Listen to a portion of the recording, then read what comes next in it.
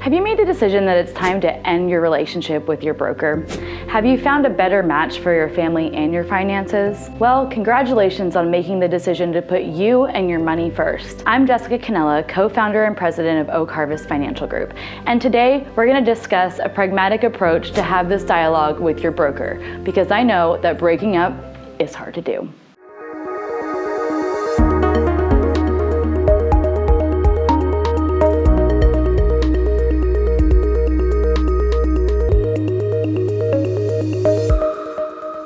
Maybe you've been thinking about how to have this conversation with your broker. Have you pondered the phone call, an email, maybe a text message, a singing telegram? You may feel a little bit apprehensive to end this relationship, especially if you feel that your broker has done a good job overall managing your money, or maybe you've worked with them for a very long time. I had a couple that decided to become clients of Oak Harvest Financial Group, our firm here in Houston, and they were up against this exact challenge. They saw all of the benefits and value of working with a retirement specialist, and they'd worked with their previous accumulation advisor for almost 30 years.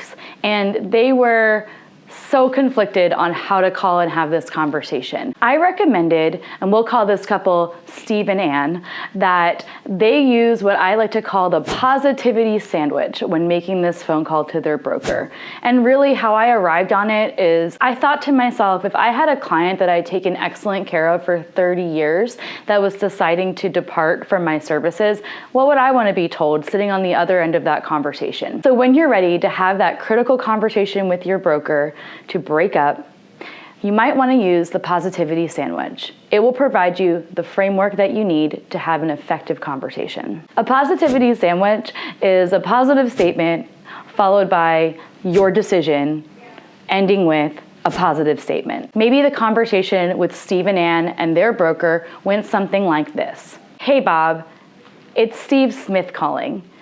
And I wanted to call and first thank you so much for the ability to help us get to the point in our lives where we can retire. Thank you for your service. We wouldn't even be having this conversation if it wasn't for your efforts. I'm also calling to let you know that I have decided to change relationships with a different money manager who happens to specialize in retirement planning. They offer things like tax planning, they're local to our home, and we're interested in moving forward with them. And lastly, Bob, I wanted to let you know that if I can think of anybody that would benefit from your services, I'll be sure to send them your way. So thank you again for the relationship, and I wish you the best of good luck as we part ways. In conclusion, it's my belief that we as advisors go into our area of expertise, into our line of work, financial advisory, because we have hearts of service. We want to be able to help the person sitting in front of us. If you're making the choice to move on from your broker, more than likely it is because you've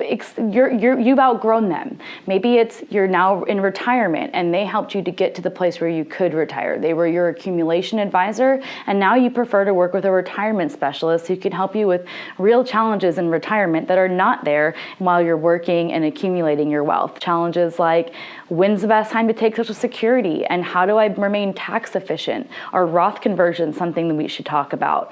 Or maybe it's your Medicare premium, or how to take a distribution strategy from your portfolio. Whatever the reason is that you decided to move on to greener pastures or change your advisor, your existing advisor went into their line of business, much like myself, to help people. And therefore, we know where our limitations exist. In my experience, it has not been an issue when you use the positivity sandwich, thank your advisor or broker for their service, and deliver your decision. At the beginning, middle, end of day, and every minute in between, this is your money, and it's important that you do what is best for you and your family.